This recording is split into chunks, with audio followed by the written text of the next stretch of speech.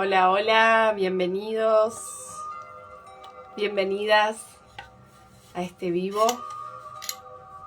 Bienvenidos a todos los que se están sumando. ¿Se escucha bien? ¿Se escucha la música muy fuerte?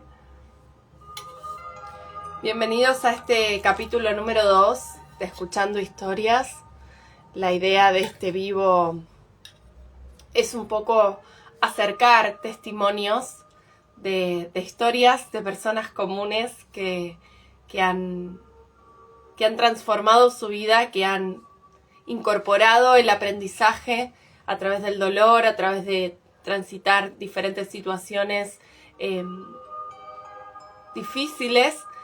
Escuchando historias es un poco también un propósito interno de un proceso personal, de aprender a sanar, aprender a escuchar. Y bueno, hoy tenemos una invitada que siento que va a ser muy enriquecedora nuestra charla hoy. Ahí te doy la bienvenida, Itatí. Para esto quiero hacer como una breve presentación de ella, de su camino. Bueno, Itatí nos conocemos desde la formación de constelaciones familiares y siento que tiene una historia de vida de un gigante. Esa es la palabra. Es como bueno, hoy vamos a estar compartiendo todo su proceso y poder acercarles a ustedes cómo otras personas han podido trascender, integrar, aprender, descubrir este camino de vida y por supuesto siempre conectando con Dios, con la divinidad, con el espíritu. Así que vamos a hacer un viaje a través de diferentes preguntas desde el comienzo, desde quién es y todo su camino hasta, bueno, llegado más el final del vivo y con todo el respeto posible, poder escuchar su voz en relación a la muerte de su hija. Pero vamos a ir yendo de a poco para que ella nos cuente su historia. Y Tati, te voy a dar ahí la bienvenida. Ahí tenés que aceptar el vivo.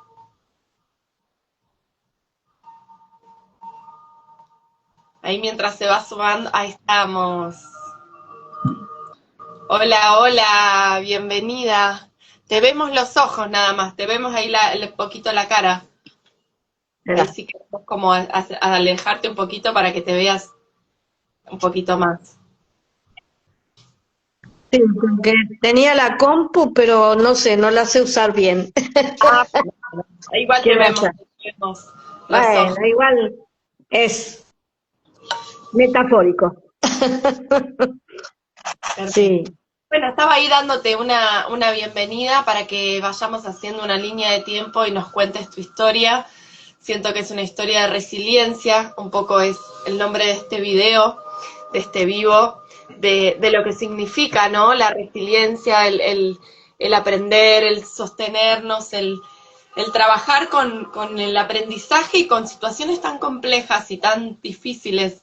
Lo poquito que te conozco, sé que tus historias han sido muy impactantes. Entonces me gustaría ahí que te presentes para las personas que van a escuchar, que están escuchando y las que van a escuchar después. ¿Cómo te presentás hoy? ¿Con quién voy a hablar hoy? bueno, vas a hablar con Itatí, eh, una persona de 68 años que trató de sacar el mayor provecho posible de todas las experiencias vividas, solamente acompañada por la presencia de Dios, porque si no uno solo, la verdad que no podría hacer nada, porque somos seres pequeñitos y tratamos de ser cada vez más luz, pero si no le damos el sí a ese gran espíritu, nunca podríamos lograrlo, me parece, creo, ¿no? En estos años vividos. Y bueno, eso, soy una persona que pasó por muchas cosas lindas, por cosas no tan lindas, Y eh, no sé, recuerdo por allá por los años 94, 95, por ahí, yo lo primero que estudié con respecto a todas las terapias complementarias fue todo lo que tenía que ver con flores de Bach, aromaterapia. Y lo hacía con una persona impresionante, Constanza Lofreda, y ella fue, entre otras cosas, también una de mis maestras de Reiki, y ella decía algo así, a ella le gustaba mucho Gurdjieff, ella, todo lo que era ese filósofo a ella le encantaba y lo transmitía, y me pasó un poco su pasión, ¿no? Entonces empecé a escuchar y Gurdjieff lo que dice en una de las cosas es que para llegar al camino de la iluminación hay 4 caminos. Uno, el del yogi, el otro el fakir y otro el monje. Y el cuarto camino es el camino que está destinado a las personas comunes, a nosotros.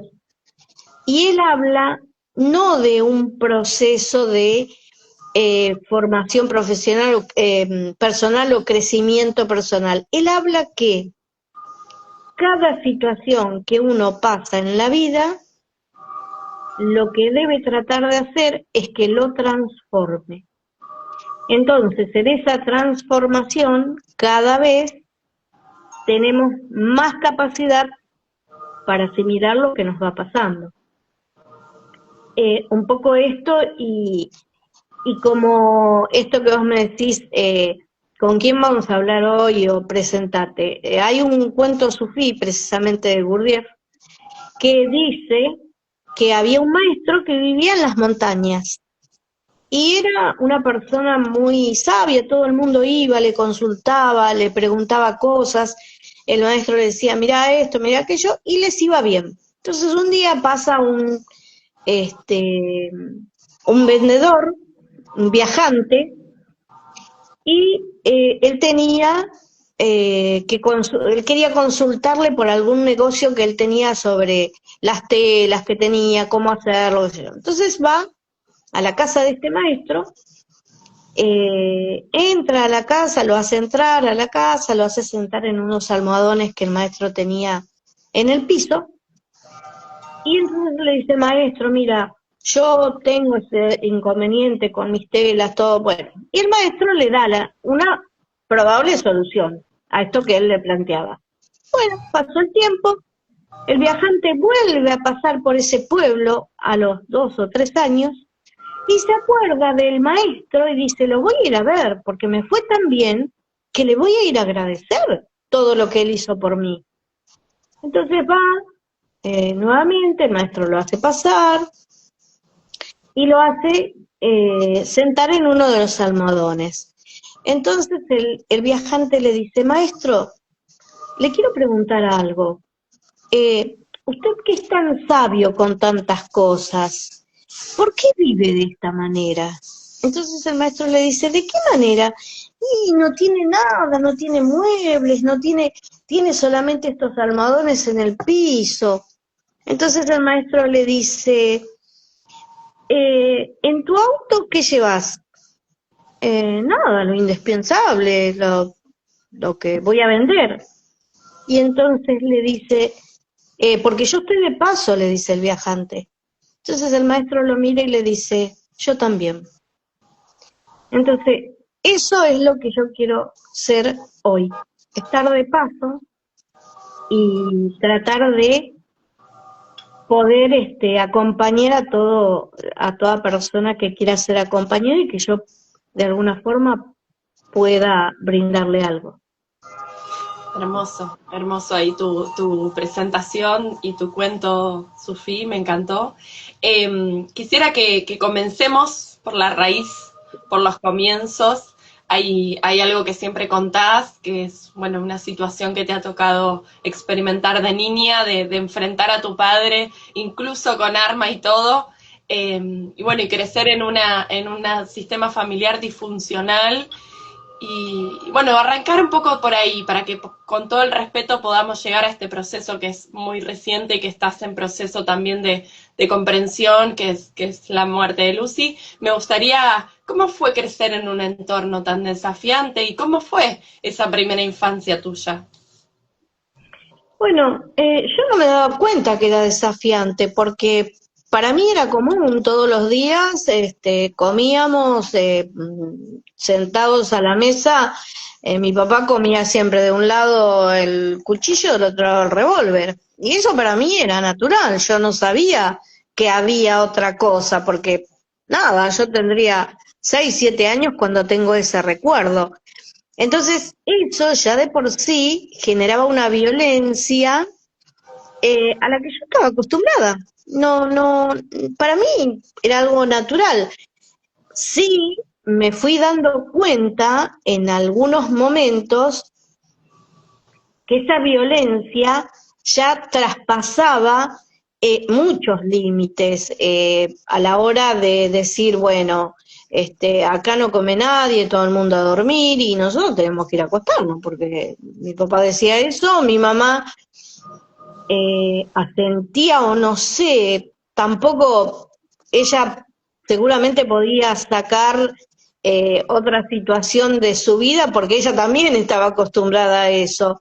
Eh, Está bien, ella era una adulta, pero también cuando llevan tanto tiempo pasando por esas situaciones, y bueno, entonces era eso, irnos a dormir sin comer, eh, con situaciones de mucho temor, como esto de que vos decías, el cerebro triuno que nosotros teníamos, bueno, un poco diciendo, yo viví la mayor parte de mi vida en cerebro reptiliano, porque no había, estaba siempre atenta, siempre a la defensiva, siempre fijándome qué no hacer para que no haya más lío. Y después también darme cuenta de que eso me fue dando capacidades. O sea, a pesar de todo, era eso, ¿no? Por ejemplo, bueno, yo creo que ya te lo comenté o lo comenté en el curso más de una vez. Mi papá decía, bueno, acá no come nadie, qué sé yo, a dormir. Entonces decía, bueno, anda a tirar la comida al fondo. Hasta que un día digo, pero no vamos a tirar la comida. Yo voy a poner un balde y después, cuando mi papá se duerma, cuando, ni siquiera se lo dije ni a mi mamá, ni a mi hermana, ni a mi hermano, que mi hermana es 6 años mayor que yo y mi hermano 8. Yo no dije nada a nadie, agarré, fui, dejé la comida en el balde, cuando mi papá se fue a dormir, me voy afuera y traigo. Y me dice mi mamá, ¿qué? ¿Guardaste la comida? Y le digo, sí, no la iba a tirar, ya tantas veces tiramos la comida. Y bueno, y me acuerdo de la comida que era, eran zapallitos con carne.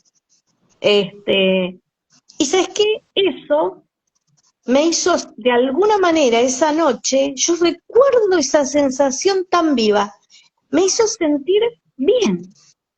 Habíamos logrado comer, que ya era un montón.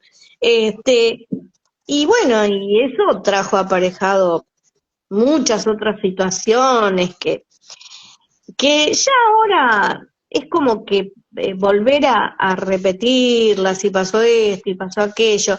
Vos imaginate, de este disparador que yo te digo, hacer un abanico y podés encontrarte, nada, hasta el momento de mis 13 años más o menos, que sí, 13, 12, porque estaba en la primaria, 12 años que nada, mi papá llegó también así, borracho, y le dijo a mi mamá que le preparara la comida. Mi mamá le fue a calentar la comida y mi mamá cosía. Entonces, mi hijo le dice, bueno, dame los anteojos porque quiero leer el diario. Eso para hacer camorra era, porque ¿de qué podía leer el diario? Estaba así, bastante. No digo que estaba del todo, pero estaba bastante. Entonces, mi mamá le dice, no, lo que pasa es que tengo una costura para entregar, qué sé yo. Entonces mi papá se levanta, mi papá comía en la mesa y yo estaba enfrentada a él. Recuerden que mi papá comía con el cuchillo y el revólver en la mesa. Yo estaba enfrentada a él y mi mamá estaba a un costado, a la derecha, poner, porque no me acuerdo ya, cosiendo en la máquina. Entonces, mi papá se levanta, le saca los anteojos a mi mamá y los tira en el piso y los rompe. Entonces mi mamá no le podía decir nada, pero se le caían las lágrimas. Y no le podía decir nada. Entonces a mí me produjo una sensación de decir, esto no puede ser, se tiene que terminar. Y yo me levanté y le apunté con el revólver a mi papá. Entonces mi papá me dice, ¿qué haces? Y le digo, si vos le llegas a pegar, yo te pego un tiro a vos. Entonces me dice, no te vas a animar. Bueno, hacé la prueba.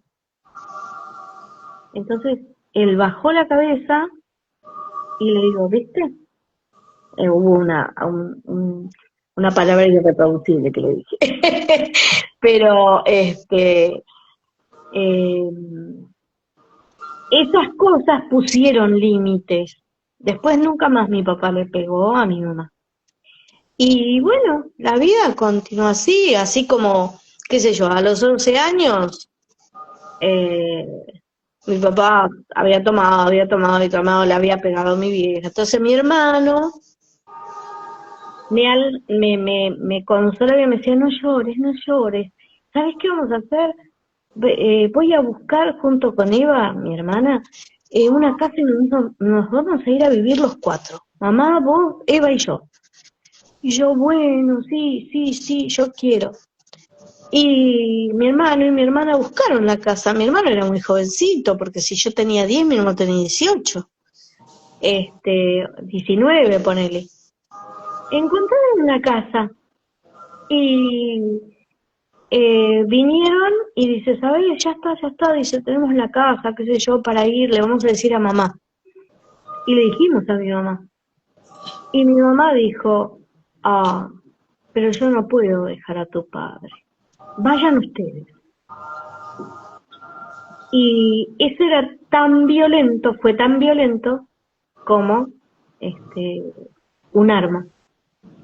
Porque en ese momento, o sea, con el paso de los años, pude recrear esa situación y mirarla desde un lado diferente al que con el cual viví muchos años, con bronca, con dolor, con decir, pero ¿y cómo? Sí, teníamos todas las posibilidades.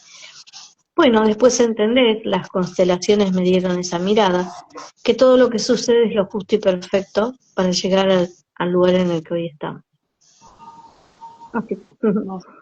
Hermoso tu testimonio, súper crudo también, y digo, siendo una niña, habiendo atravesado todas estas situaciones, y hoy con la mujer que sos, y un poco haber rescatado a esa niña también, ¿no? Y permitirte a lo largo de la vida jugar, disfrutar y hacer lo que un niño hace en realidad y no en esa preocupación de la infancia, ¿no? ¿Vos sentís que eso significó un antes y un después, ese momento en el que eras una niña? Sí, de alguna forma para algunas cosas fue un antes y un después, porque si bien yo tenía corta edad y yo desde los 5 que me acuerdo cuidé de mi vieja, esa fue la situación donde se afianzó esto y yo no dejé nunca más de ser la mamá de mi mamá. La realidad es esta.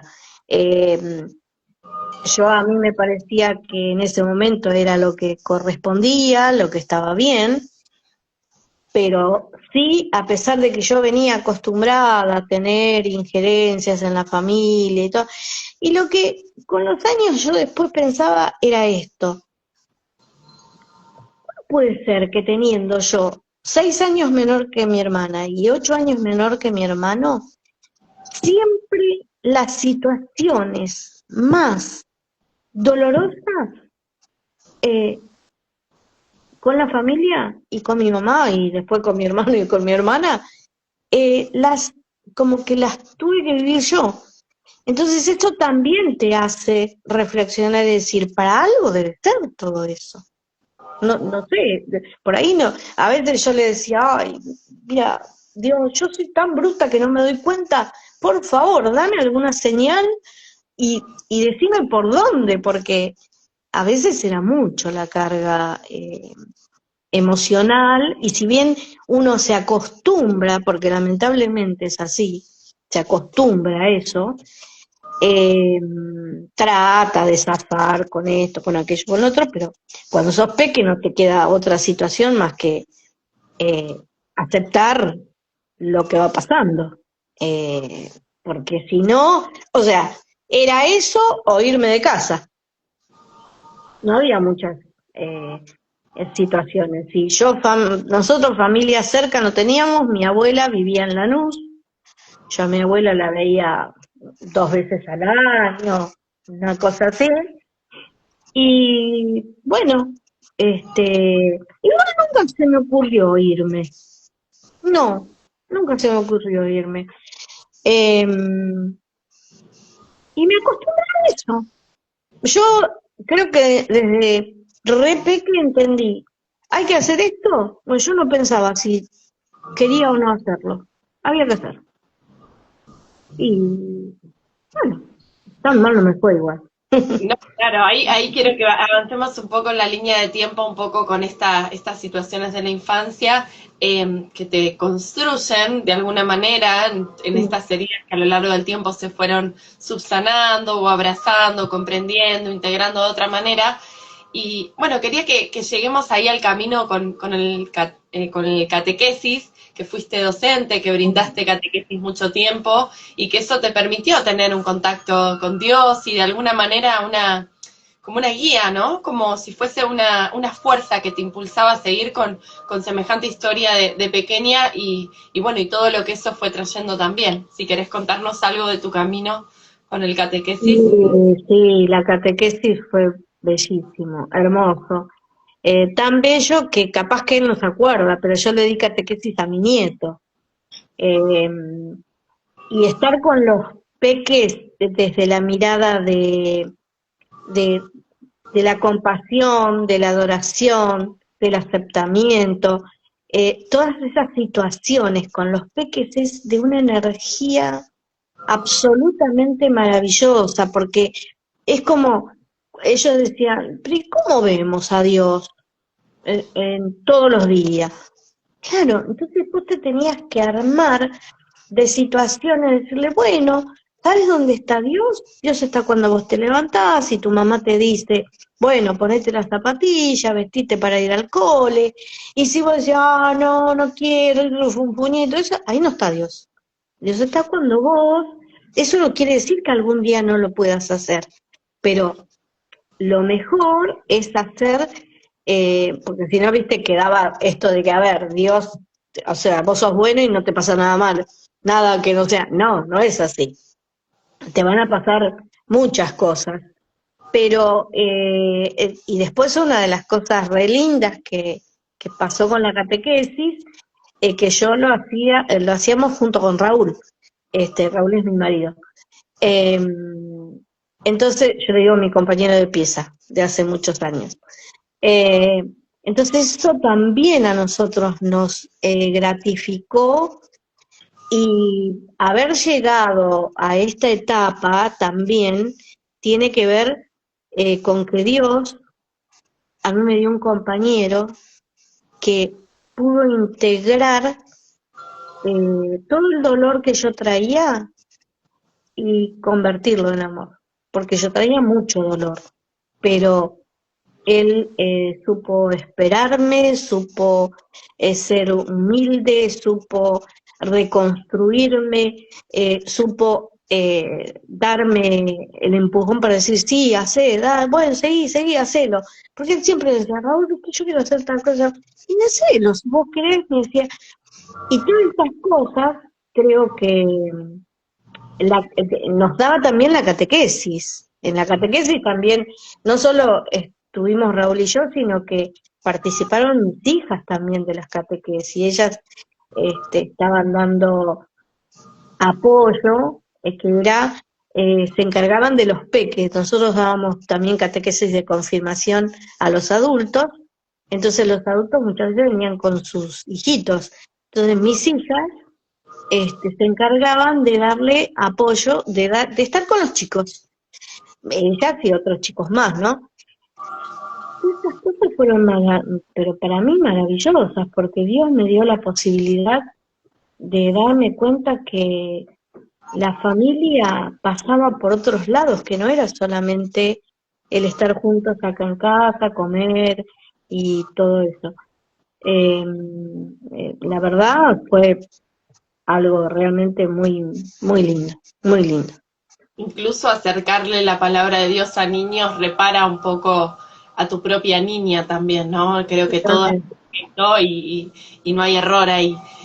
Bueno, y acá quería que avancemos un poquito más con estos dos caminos que se cruzaron y que a su vez imagino que también te hicieron muy resiliente, que es el punto en común de todo este vivo y esta charla, que tiene que ver con tu labor como enfermera durante tantos años y también la militancia en la que se te han invitado como a situaciones complejas y que siempre en momentos de oscuridad te tocó sostener la vela de la luz y decir, acá esto no, yo sigo la voz de mi corazón, la voz de Dios, más allá de no un Dios religioso, ¿no? Sino la voz No, del sí, amor sí, incondicional en el que tuviste que decidir. Si querés compartirnos un poco sobre este sí, camino. sí, la militancia un poco viene desde el secundario. Yo estudiaba para maestro mayor de obras en, en la escuela, las escuelas Ragio, en Avenida Libertador y General Paz, al lado de la escuela mecánica. Y empecé, si bien yo tenía en mi interior, porque en mi casa mi papá siempre, más allá de que tomaba y todo eso, era un tipo con una cabeza muy abierta. Eh, entonces, él, después de comer, nosotros siempre hablábamos de política. Y yo me hice peronista en mi casa. ¿Por qué? A ver, él me dijo una patria socialmente justa, políticamente soberana e independiente. Yo dije, yo compro eso. Yo compré eso a los 14 años. Entonces, cuando empecé en el colegio, estaba la UES, y empecé mi militancia ahí, en el colegio. Mi hermana también militaba, mi hermano militaba en el sindicalismo, o sea que la familia estaba muy comprometida con la militancia. Y bueno, fueron años duros, porque estaba, era la época de Montoneros y en ese momento, qué sé yo, el brazo armado del peronismo eran montoneros y yo estaba en la UES y yo también quería estar en Montoneros, porque la realidad era esa. Si yo tenía 16, 17 años. Entonces, bueno, eh, una vez llegué, ahí ya tenía 17 o 18 ya, porque fue poco, en el 75, 17.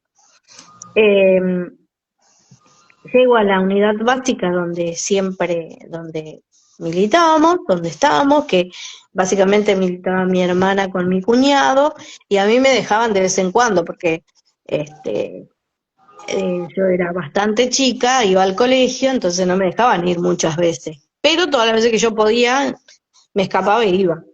Entonces una tarde llego a la unidad básica y en la mesa teníamos una habitación adelante y otra habitación cruzando una puerta.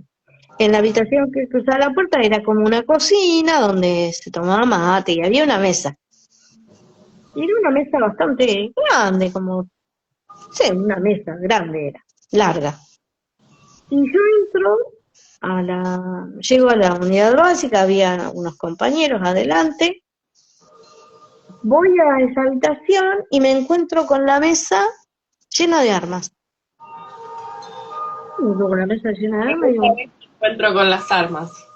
sí, me encuentro ahí sobre la mesa llena de armas. Entonces yo digo, ¿qué pasó?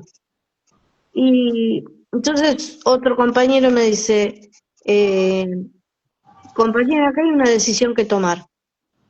Vamos a pasar a la clandestinidad.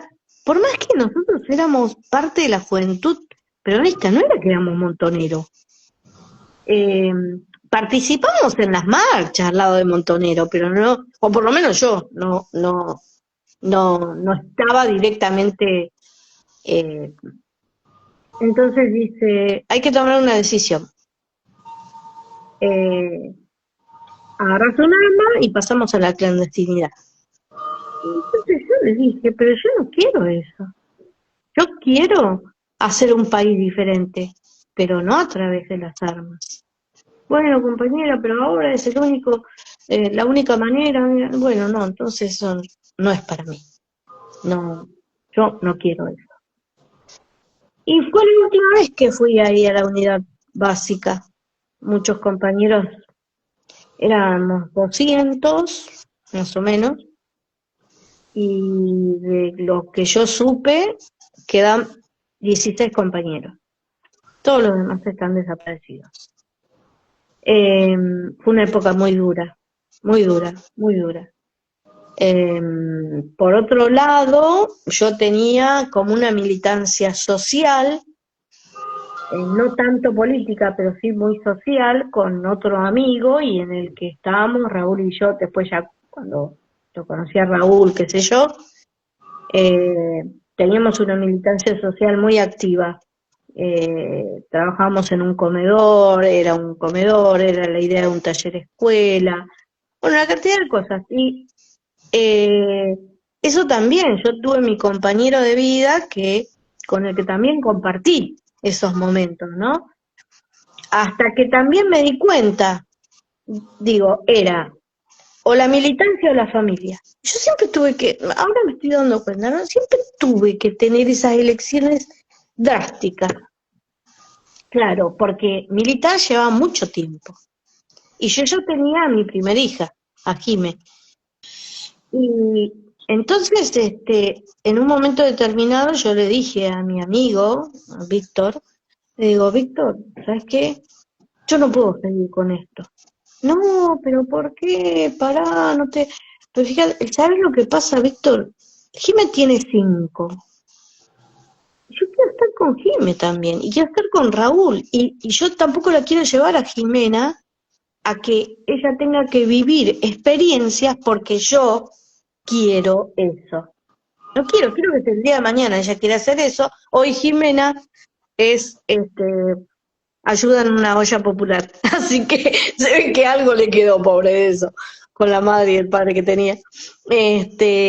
Pero le digo, yo si el día de mañana lo quiere hacer, que lo haga por ella, no porque lo tenga que vivir desde que se dio cuenta. Así que dejé la militancia esa social muy fuerte que teníamos y entonces dije, bueno, tengo que hacer algo con mi vida porque yo cosía en ese momento y me dediqué a estudiar enfermería. Y bueno, se ve que evidentemente mi camino de vida era la enfermería. Porque antes que eso también había empezado ahí la facultad de Derecho y todo, que me gustaba mucho, pero claro, no podía, porque era un montón de horas que tenía que tener, si trabajaba, este, así que bueno, entonces enfermería me llevaba un poco menos de tiempo, era un poco más a la noche, Raúl se encargaba de la casa, de la comida para Jime, y bueno, Y ahí una fue preparación para sanar heridas, ¿no? por eso. Creo que ahí fue enfermería para mí. Esto es impresionante.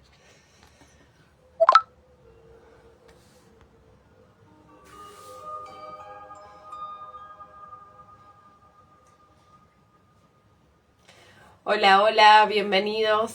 Se cortó porque creo que estábamos hablando de temas complejos. Así que bueno, aquí estamos con un segundo vivo hablando sobre la resiliencia. Espero que quede guardado todo lo que hemos compartido hasta el momento.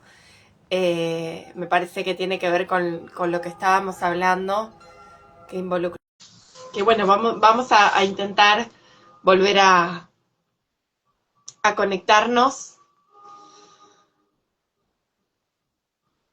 Ahí estamos. Estaba diciendo que creo que nos han bajado el vivo por lo que estábamos hablando, pero bueno, seguiremos con la resiliencia compartiendo todo este camino que estábamos transitando, que estábamos charlando, así que Itatí te voy a volver a invitar. Espero que quede grabado lo que hemos compartido anteriormente. ¿Estás ahí, Tati? ¿Te podés sumar? A mí me sorprende que estemos hablando de un tema tan complejo como es la resiliencia y sucedan estas cosas. Es como, bueno, realmente es muy, muy, muy potente. ¿Y Tati, podés sumarte? Ahí yo te mandé la solicitud. Dice que no podés unirte.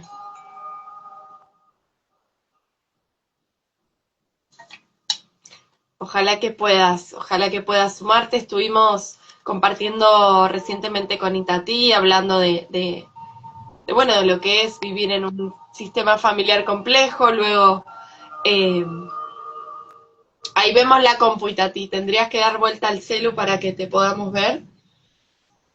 Creo que nos bajaron, ahí creo que nos bajaron el video, por lo que estábamos hablando de la complejidad social y política en esos tiempos, pero bueno, seguimos sosteniendo la luz de la resiliencia, aunque nos hayan bajado el vivo, espero que quede guardado, yo traté de subirlo, así que esta sería la parte 2, donde estábamos hablando de tus procesos de militancia que te invitaron a sostener la luz, el amor y a decir esto no quiero para mi país y quiero algo diferente. Creo bueno, diferentes situaciones dolorosas y me imagino que también en todo este camino, porque lo sé, has aprendido muchísimas herramientas al servicio. Creo que el proceso es, o tu camino, que lo hemos charlado un poco, tiene que ver con el servicio hacia el otro, el servicio de luz, de acompañar, de facilitar desde diferentes aristas. Y pensaba en una frase para que vayamos entrando en un tema que quería charlar con vos, que espero poder ser lo más delicada y respetuosa posible para poder compartir estos testimonios de resiliencia en las diferentes etapas de tu vida que has contado desde el dolor, cómo te has transformado, cómo has aprendido a resistir y transformarte. Y hay una frase que me dijiste que quiero que la compartas si tenés ganas, que es esta frase que en un momento de la vida has estado herida de muerte. Y con eso, bueno, imagino para una madre lo que significó la muerte de un hijo y en las condiciones, si querés contarnos un poquito, siempre con total respeto y cariño al proceso y lo que sientas compartir, pero qué es lo que te permitió comprender este paso de la vida a la muerte de tu hija. Bueno, yo creo que también hay algo. Dios nunca me soltó de su mano, jamás. Ni cuando era peque y cuando yo no me daba cuenta tampoco. Yo hoy reconozco que seguía parada porque Dios me sostenía, evidentemente. Y en ese camino, Él también me llevó a transitar muchas terapias complementarias. Yo leía sobre visualización creativa, leía a Louise Hayes, pero esto yo te estoy hablando año 97, 98, vidas pasadas, aromaterapia, eneagrama, que un poco es el eneagrama, viste, eran los comienzos, ¿no? De los eneatipos, después Confucio, Magnify Healing, Reiki, no, casi de la formación de las terapias complementarias, hay, seguramente, porque si no sería muy soberbio decir, ay, no, yo hice todas, ¿no? Pero hice gran parte, que fue, creo yo, lo que Dios fue haciendo en mí para que después pudiese transitar todo lo que transité. Porque cuando, bueno, yo tengo 3 hijas, Jimé, Ani y Lucy, y yo pensaba en un momento determinado que mi vida era súper redondita, porque yo tenía trabajo, Raúl tenía trabajo, mis hijas ya les habíamos dado el estudio hasta el secundario, estaban haciendo otras cosas, Jimena y Analía son docentes y Lucy hacía el profesorado de educación física. Entonces, viste, yo me acuerdo que hablábamos con Raúl, yo le decía a Raúl, viste, Raúl, nosotros ya estamos hechos. Es como cuando en un momento determinado yo en la enfermería dije, ay Raúl, estoy muy cansada, muy cansada. ¿Sabes qué? Le digo, yo voy a empezar a hacer otra cosa, voy a hacer radiología. Y dije, porque, a ver, yo tenía 42 años, ¿qué puede pasar que no pueda hacer radiología a esta altura de mi vida? Bueno, empecé, me iba bien, todo, me faltaba el examen, solamente el escrito, el práctico ya lo había dado. Mirá dónde lo había dado, en el Borda, porque teníamos un profesor que trabajaba ahí y nos llegó a dar el práctico ahí al Borda. Bueno, me faltaba solamente el teórico. Fue el 23 de junio, yo terminaba en agosto la carrera, y el 23 de junio empiezo con un aborto espontáneo. Bueno, terminó en un aborto. Entonces yo ahí entendí que Dios me dijo, ¿viste todo lo que puede pasar? Podés perder un hijo.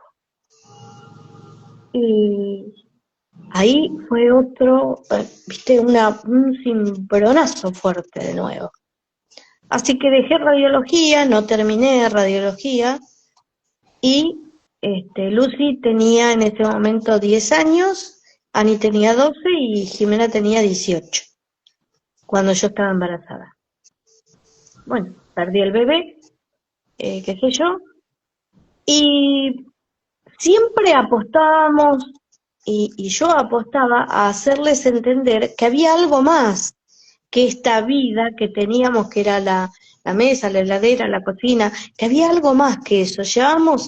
En los años 2000, llevábamos un cuaderno que escribíamos con una lapicera dorada, todas las cosas, cada una de las cosas que queríamos, cada uno, y hay cosas escritas por Lucy, cosas escritas por Ani, cosas escritas por Jimena, Raúl, que Raúl a veces era así, le costaba participar porque él no era muy, pero también.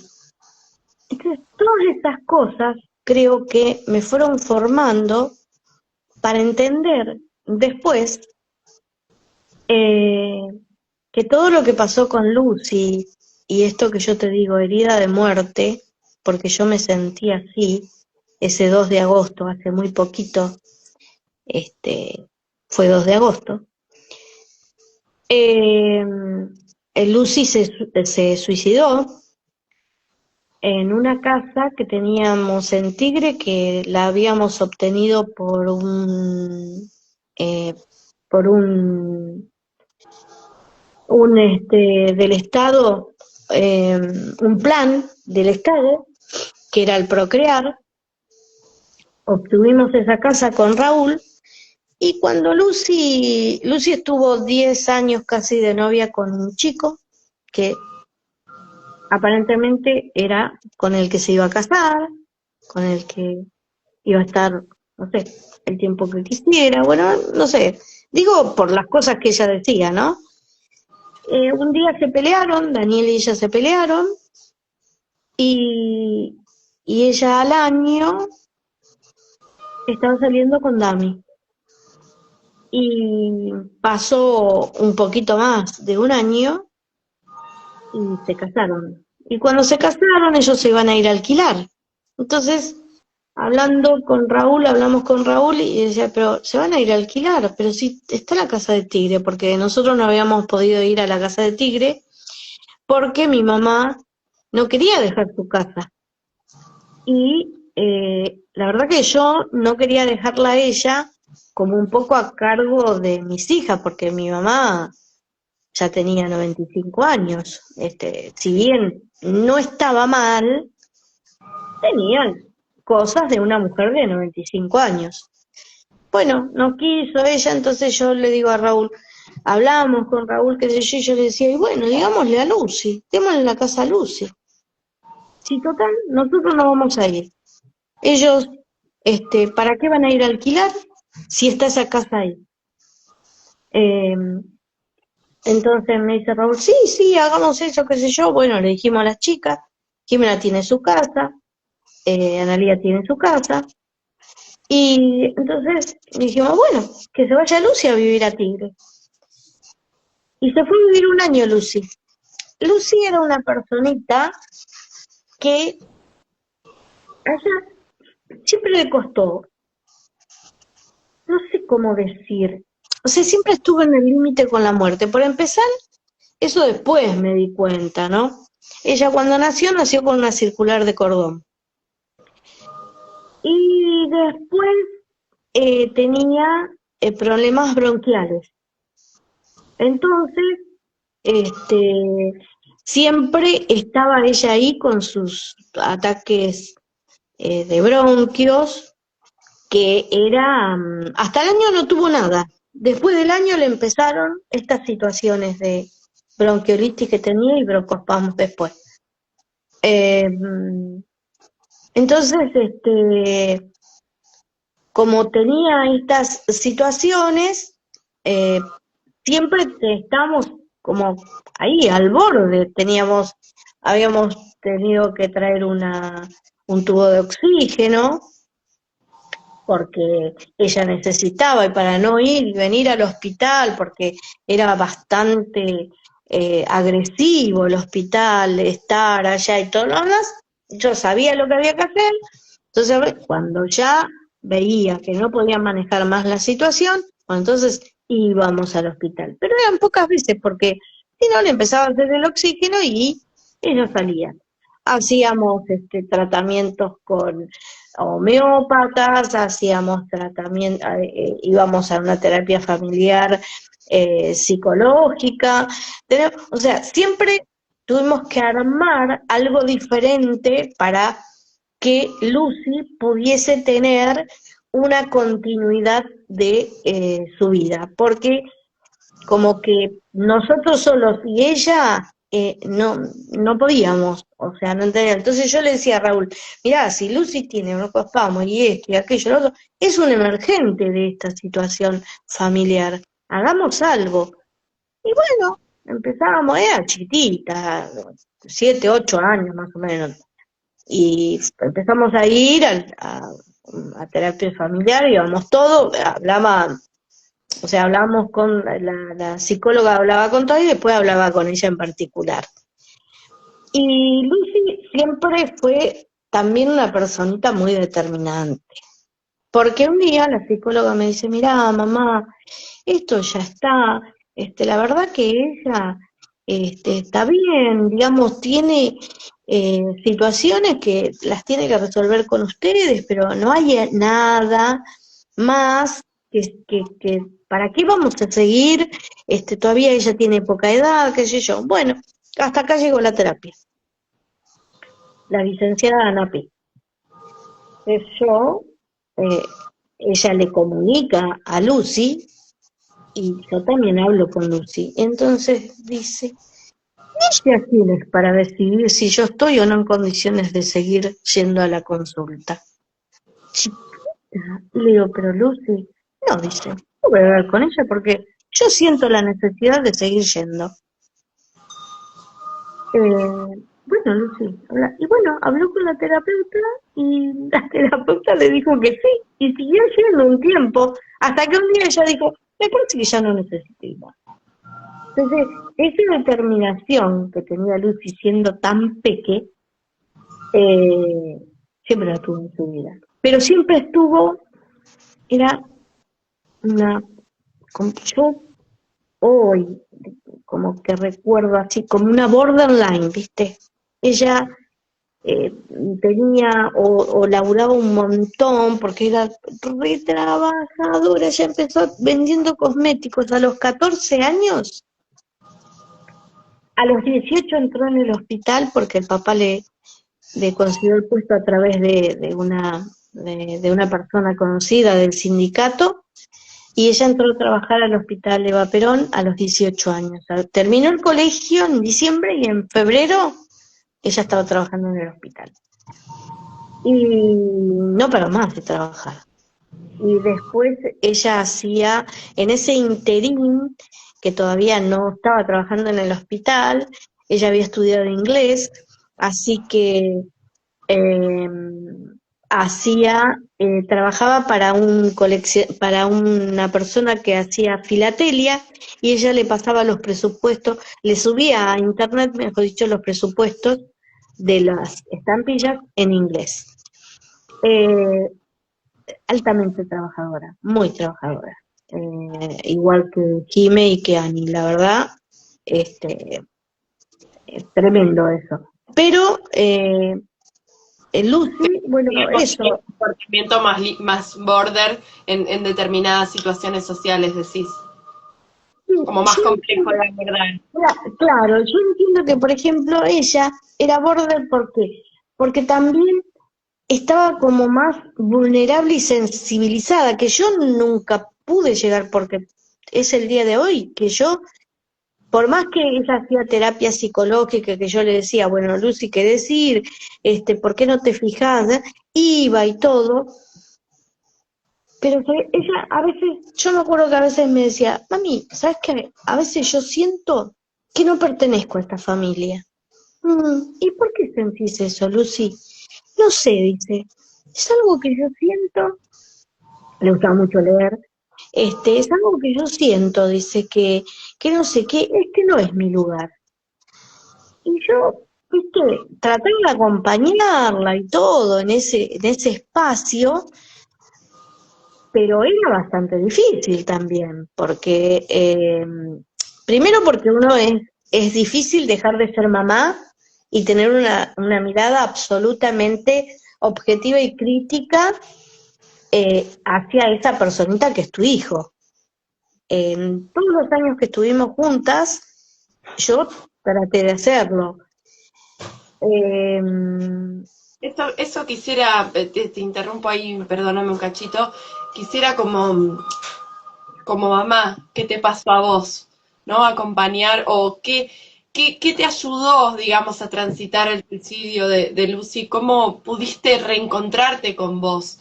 Porque me imagino que como mamá es un proceso muy difícil y muy doloroso, y también honrar, ¿no? El destino de cada quien. En este caso, bueno, el destino fue la muerte, pero me parece que está bueno contar como testimonio qué te pasó a vos como mamá y cómo lo pudiste Bueno, sobrellevar, sobre todo que sigue, me imagino, en proceso. en eso que vos me decías, que yo te dije que yo estaba herida de muerte, es como que yo estuve en coma y no tenía noción de lo que pasaba o lo que no pasaba. Yo me acostaba en el piso de la cocina llorando, me quedaba dormida y me despertaba con lágrimas en los ojos porque se iban a trabajar, Raúl se iba a trabajar, Analía, que era la que vivía conmigo en ese momento, porque ya Jimé no estaba,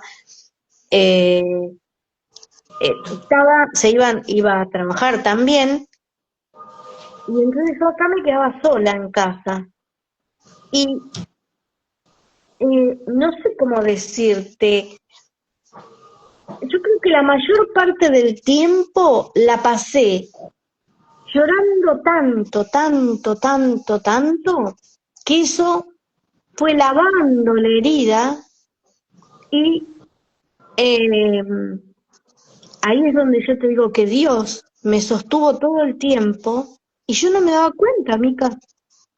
Yo para mí los días pasaban y los años y todo y yo hasta ese momento entendía que Lucy estaba muerta. Para mí Lucy se murió hasta ese momento. Hasta que de a poquito empecé a tratar de pensar en mis otras hijas. También las que me sacaron de esa situación fueron mis otras hijas, porque yo en ese momento, y yo les dije a ella, por ahí es muy doloroso lo que les dije, pero yo lo único que sentía era que a mí me faltaba Lucy. No podía, yo sabía, porque todo el mundo me decía, vos tenés tus otras hijas, tenés tu marido, tenés tu nieto. Sí, pero ¿sabes qué? A mí me falta Lucy. ¿Viste cuando vos te enfocás? Yo estaba tan enfocada en mi dolor y en esa ausencia física que no podía ver otra cosa. Hasta que de a poco fue habiendo un proceso de, mira, está Ani, uy, ¿cómo está Ani? A ver, ¿qué le está pasando a Ani? ¿Cómo está Jime? ¿Qué le está pasando a Jime? ¿Cómo está Raúl? ¿Qué le está pasando a Raúl? Ahí empezó a salir nuevamente esa personita que siempre se ocupó del otro, porque yo hubo un momento que no podía pensar más que en mi dolor. Y a partir de ahí, bueno, empecé. eh, yo había dejado totalmente, no había hecho nada más con las terapias complementarias. No leía, no, porque yo trabajé siendo terapeuta, tenía un gabinete, eh, yo hacía distopuntura, acupuntura, reiki, atendía a varias médicas. Bueno, cuando pasó lo de Lucy dejé todo y no hice nada más, hasta que hace como 3 años más o menos, sí, 3 años, empecé a tratar de pensar en hacer algo, empezar a estudiar de nuevo, alguna cosa porque a mí me gusta, siempre me gusta estar eh, leyendo, estudiando, qué sé yo. Entonces, eh, empecé a pensar, me anoté en una, ya no me acuerdo ahora dónde era, qué sé yo, era online, pero cuando llegó el momento no pude, y no pude, y no pude, y no pude. Bueno, lo dejé. Un día una amiga me dice, Ita, ¿no querés ir a constelar? Y digo, sí, y me dice, ¿sabés qué? Digo, sí, estuve leyendo algo, le digo, bueno, le digo, sí, porque yo constelé en el año 2006, hace banda de tiempo. Y que siempre recuerdo, mirá, Mica, lo que pasó en esa constelación. Yo tuve que representé a la mamá de una chica que se suicidó. O sea, nada es casual, ¿no? No, claro. Nada es casual. Bueno, le digo, bueno, dale, le digo, vamos.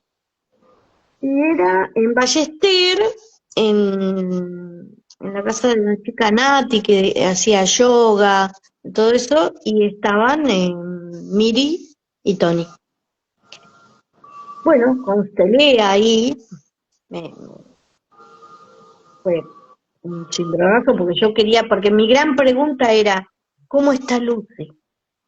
¿Cómo está Lucy? ¿Dónde está Lucy? Esta No, incertidumbre de la muerte, ¿no? Hay algo de la muerte que no comprendemos y que todavía seguimos como tratando de develar qué significa. bueno. Eso era, para mí era una tortura no saber cómo estaba, dónde estaba, y yo lo único que hacía era decir, hija, vos tenés que ver la luz, tenés que seguir la luz, tenés que estar en un camino que te lleva a estar en la luz. Yo, eso era lo único que repetía, repetía, repetía, repetía, todo el tiempo, cada momento, a la noche, todo el tiempo. Hasta que una noche yo soñé con ella, y ella me dijo así, me dice, mami, ¿sabes una cosa? Porque ella hablaba así muy. ¿Qué le digo? No fue tan difícil. ¿Y sabes qué, Mica? Yo entendí que ahí ella había hecho su traspaso a la luz total. Yo para mí fue en ese momento que ella ascendió. Bueno, este, eh, hice esto de las constelaciones, qué sé yo, y después me llegó un mail o por WhatsApp, mandaron los chicos que iban a comenzar un curso de formación de consteladores y todo eso, y yo dije, me voy a anotar. Si no puedo después, veo. Y la verdad que fue tan deslumbrante hacer eso, hacer el curso de constelaciones. ¿Por qué? Porque ahí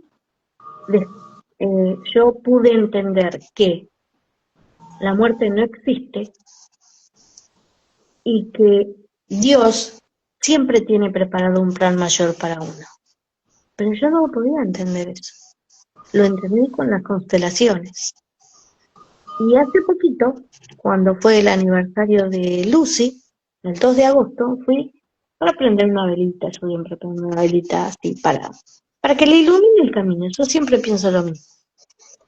No es que le prendo a ella la velita, ¿no? Así como a ver Lucy. No, ese no es mi sentido. Y cuando prendí la velita le digo, ay, ¿sabes qué, Lucy? Feliz cumpleaños. Porque vos naciste a otra vida hace 7 años. Y ahora hoy estás cumpliendo años. Así que feliz cumpleaños, Lu. Que estés muy contenta. Eso, ese raciocinio me lo dieron las constelaciones. Yo antes no podía hacer eso. Por más que venía con un camino y un aprendizaje espiritual y todo eso, por eso digo, como Dios te lleva a lugares y por caminos donde después vas a entender para qué te preparó.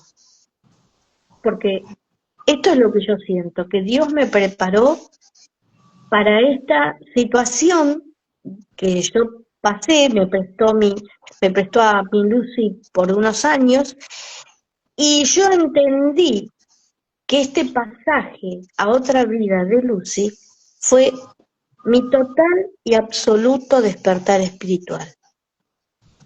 Yo comprendí eso.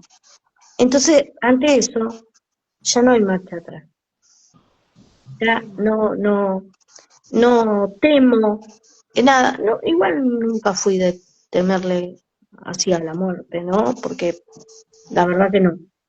Pero en este momento de mi vida, con la comprensión que hoy tengo de algunas cosas, es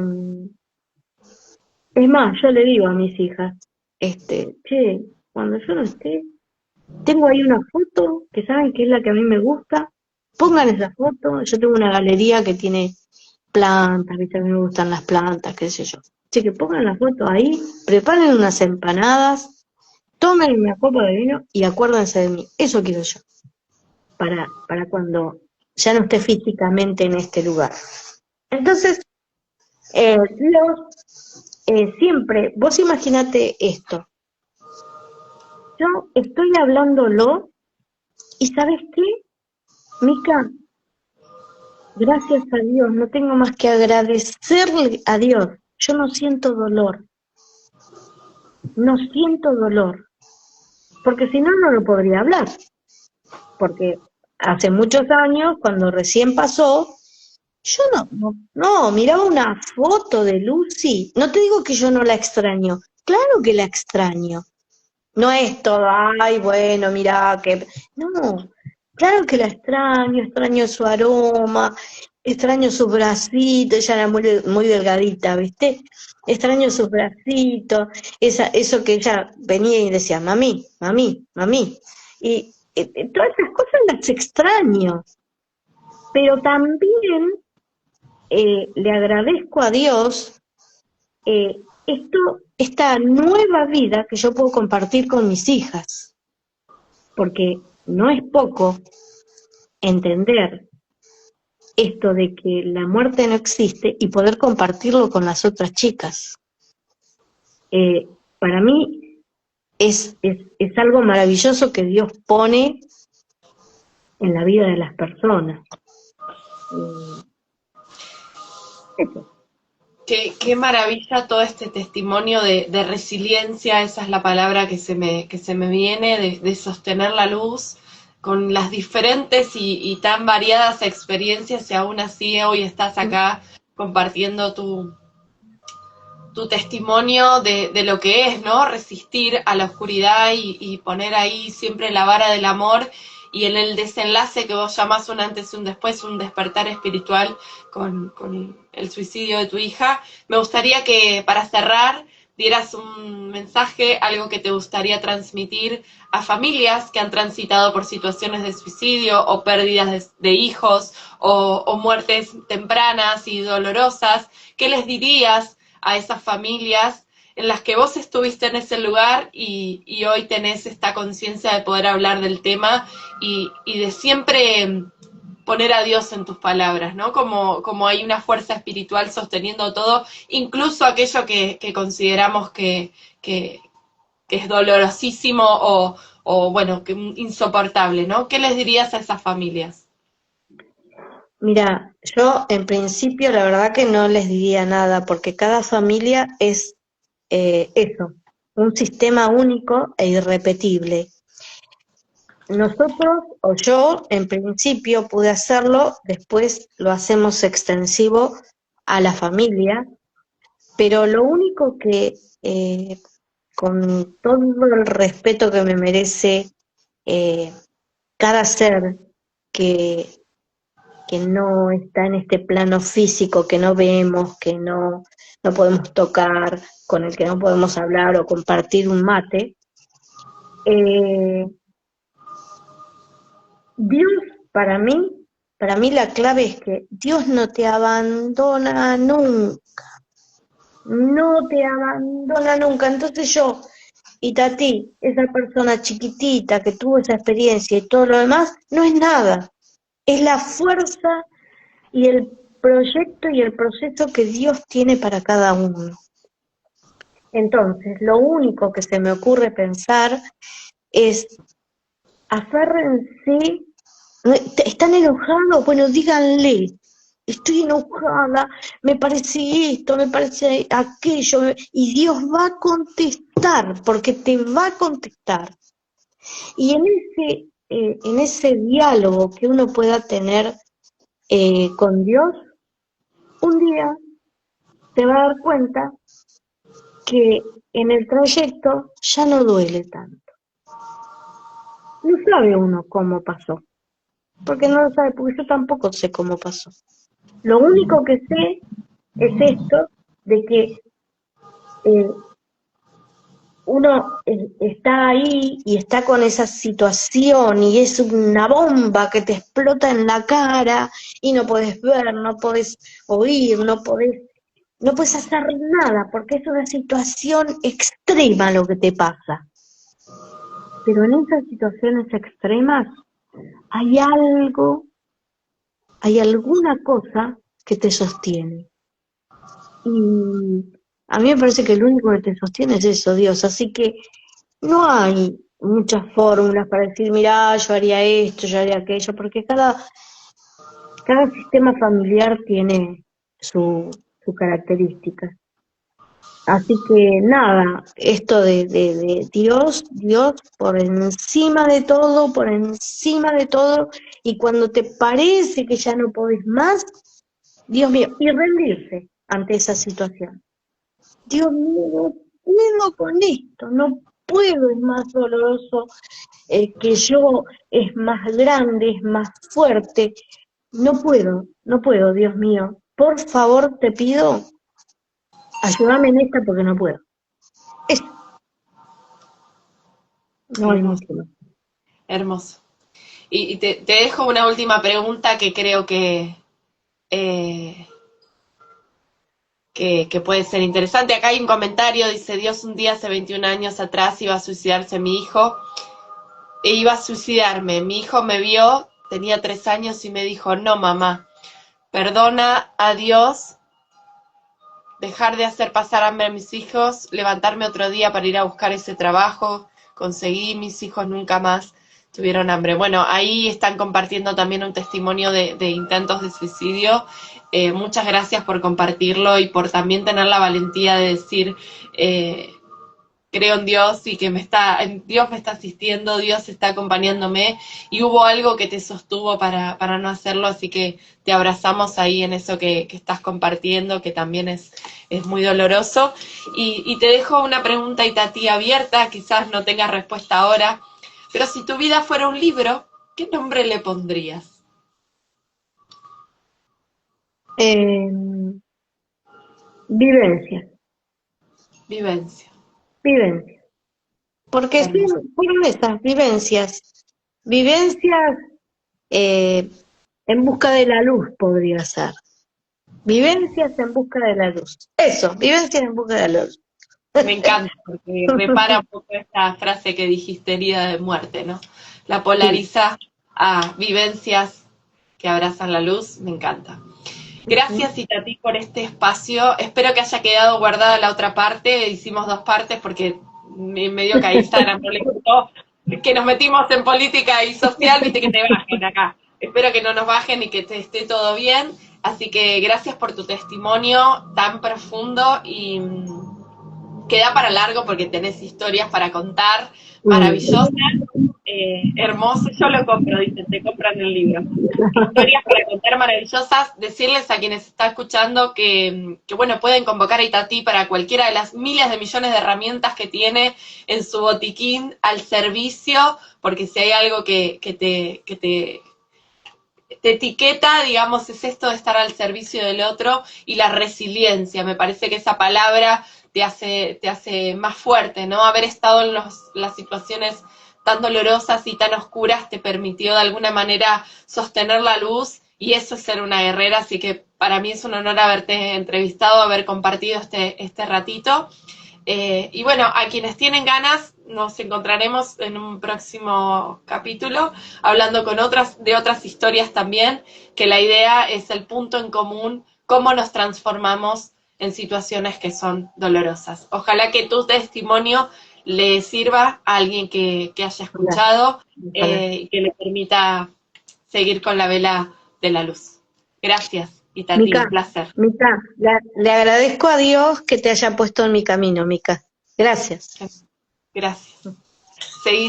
Seguimos en contacto. ¿Cómo hago?